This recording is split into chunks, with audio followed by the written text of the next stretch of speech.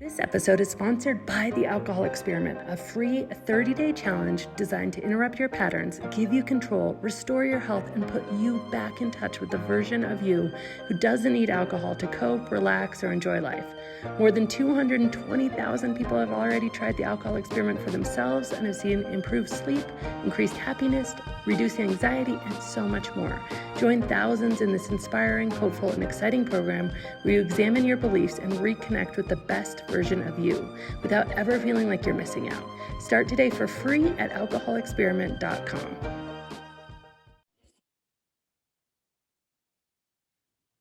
Hi, this is Annie Grace, and I am answering readers' questions. And today I have a phenomenal question. And this question is from Mariana. And Mariana says, "Hey, Annie, are there any such thing as normal drinkers? I just want to be a normal drinker." Oh, I love this question. So in order to answer this question, I think we need to back up and we need to really look at, okay, well, where does this whole idea of normal drinkers come from? And the idea, as far as my research has shown, is the idea of normal drinkers actually comes and stems from Alcoholics Anonymous. And in a letter that Dr. Silkworth wrote to Bill Wilson, the founder of Alcoholics Anonymous, he said that they had identified something inside, quote, alcoholics that made them different than normal drinkers. And that thing was an allergy or a manifestation of an allergy. Now, science has come a long way since 1929, and we have pretty much definitively proved that while, yes, some people are allergic to alcohol, those people who are actually allergic to alcohol cannot drink alcohol in any quantity whatsoever. So they are certainly not the ones that we are worried about as we would traditionally define a, quote, alcoholic. And so, but this idea has persisted. And a lot of times, one of the shame-based questions that somebody asks themselves when they're exploring their own relationship with alcohol is, why can't I drink normally? Why can't I be a normal drinker? And I actually think that the alcohol industry itself has perpetuated this with, although alcohol is arguably one of the most toxic and deadly substances on the planet. And I know you might argue with me right now in your mind, say, hey, that's not true. There's a lot of research that shows that is true. There was actually a study done called the margin of exposure approach, where alcohol was ranked the most harmful drug on the planet by a huge margin. And so there is a lot of evidence for that. And I know it doesn't always seem that way in our society, but the science is very clear. But while that is the case, people are like, okay, well, why then is alcohol not, disclosed? I mean, you watch any TV show and a commercial comes on for any sort of pharmaceutical, and we've got like 20% of the commercial saying, hey, this is going to make your life better in this way, and then we've got the rest of the commercial saying, and side effects may include blah blah blah blah blah blah blah blah blah blah blah. And so it begs the question that even on our bottle of Advil or something, we're going to have warnings, we're going to have side effects, we're going to have things that you need to watch out for. Yet on alcohol, the only thing we have is this: drink responsibly. And there's been a lot of dollars and a lot of lobbying that go into that and why that's the case. But this idea of drink responsibly even implies that if you're normal, you'll be able to drink responsibly. But if you're not normal, then you won't be able to drink responsibly. And so this idea of, I just want to drink normally, at its core, there's so much shame and there's so much blame. And one of the things that I'm so passionate about at This Naked Mind is to scientifically take a step back and say, hey, where is the blame? Where does it deserve to be? Does it deserve to be on the drinker, where we have traditionally placed the blame? We don't have heroinism. We don't have cocaineaholics. We don't even have cigarette-aholics. Yet we have alcoholics, which says, hey, the human being is the problem. So is that blame well placed traditionally, that there's normal drinkers and then there's problem drinkers, there's alcoholics, and the human is the problem? And by the way, it's a moral failing, or it's some sort of spiritual failing, or some sort of psychological flaw, or some sort of flaw in the individual? Or, and this is what the science actually supports, is it much more likely that the blame is placed on the substance? You're addicted to heroin because heroin is an addictive substance. You're addicted to nicotine because nicotine is an addictive substance. Guess what? You're addicted to alcohol because alcohol is an addictive substance. So if we take that frame and that context, instead of the whole history we've been handed about drinking responsibly and being a normal drinker, how does that question change? Are there normal cigarette smokers? Are there normal heroin users? People that just use heroin normally? Are there normal cocaine users? Why would we even be asking this question? And why would we want to be a quote normal heroin user? We wouldn't. Why do we treat alcohol so differently? Why is it that we just assume that if you can't ingest on a regular basis a toxic and addictive substance, that you, the human being, are somehow broken, that you, the human being, are somehow not normal? Oh, breaks my heart because there's so much shame. And guess what we do with shame? We internalize it, we hide, we drink more. We don't realize that we're one of millions and millions of people all asking these same questions. We just hosted a free 5-day challenge, and it was all about getting back in control of alcohol post-pandemic. We had the doors open for a very short amount of time. We just did 1 or 2 Facebook posts. 5,500 people joined.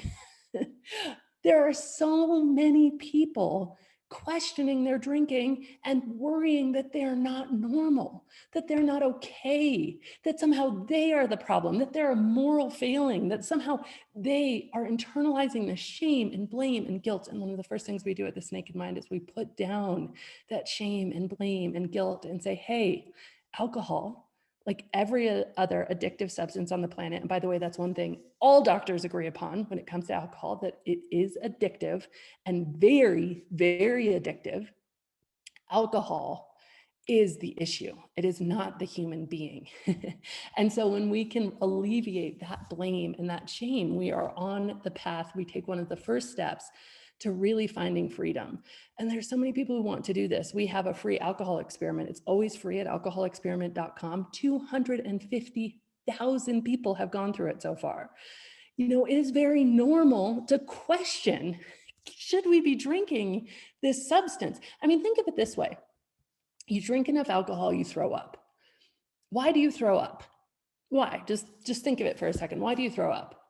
You throw up because your body is rejecting a substance that if you don't throw it up, it will kill you. You throw up as a defense mechanism to save your life. And then we sit there and say, wow, man, puked and rallied. Good for me. Because we blame ourselves. Because if somehow we throw up or somehow we lose control, we're not normal. We're broken. We're on that fringe of society that's problematic drinkers or alcoholic drinkers. And I'm here to say that, hey, no, we're asking the wrong question. We should be asking the question like, would my life be a bit better with a little less alcohol? Would I be happier? Would I feel better? Would I sleep better? Would I be more joyful and more alive? Some people say it must have been fun because I don't even remember it. What are we here for if it's not our memories? What are we here for if it's not real, true, authentic communication and connection with other people? And so this idea of there being normal drinkers and then the rest of us, my relationship with alcohol was long and fraught and horrible. And through most of it, I blame myself for not being normal, for not being able to drink responsibly. But I want to ask you the question of why would we want to normally consume something that can rob us of our very selves, of our self-respect, of our, relationships with others? Why would we want to normally do that? Why wouldn't we be asking ourselves the better question of, not am I not normal, not am I an alcoholic, but would my life be a bit better if I didn't drink as much? So this all begs the further question of, well, why then, Annie? Why then can some people just take it or leave it? Why do some people appear so normal in their relationship with alcohol? Why is it that some people can just have a drink on occasion and it's no big deal, while others of us, we find ourselves so stuck? And there's so many reasons for this, so many reasons. And I think it's a phenomenal question, but I want to give you just some of the top few. And number one is how we drink. When we drink socially and we drink in smaller amounts, then yeah, the addictive substances and the addictive qualities of alcohol, although they're still there, they're less pronounced. Your brain actually has a different chemical response to alcohol when you're drinking to self-medicate. But most of us, over time, we find a reason to drink when we're in pain, whether that's pain from just being stressed at work, or perhaps pain from a global pandemic, perhaps pain from a marriage dissolving, or from a tragedy happening. Perhaps it's just pain because we just really had a relationship that didn't work out. Whatever the pain is, whatever the stress is, when we start to drink in response to pain, our relationship with alcohol does change. It becomes much more addictive. And so you see people who have had traumatic childhoods and they have their first drink at age 13 or 14 and they feel like, oh my gosh, this feels good for the first time, because alcohol does numb the human brain.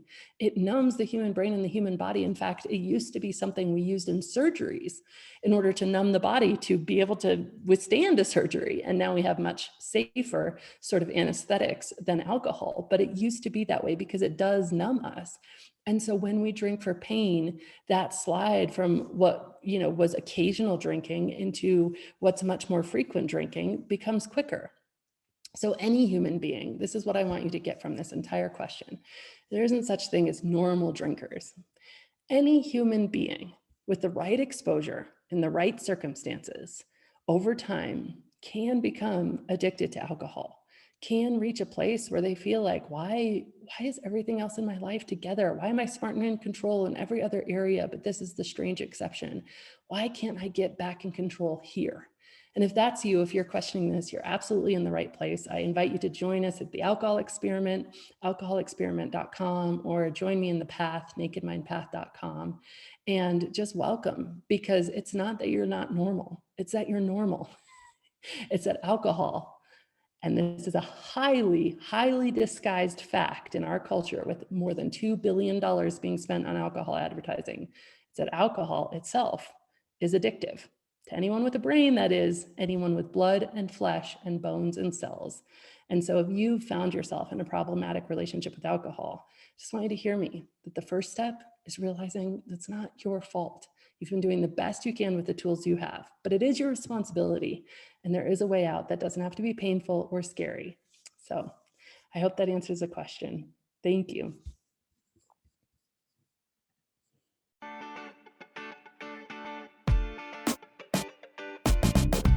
Let me ask you a question. What is better than change? Lasting change, of course. And if you've had trouble making change stick, either with alcohol or in any other area of your life, you are in for a treat.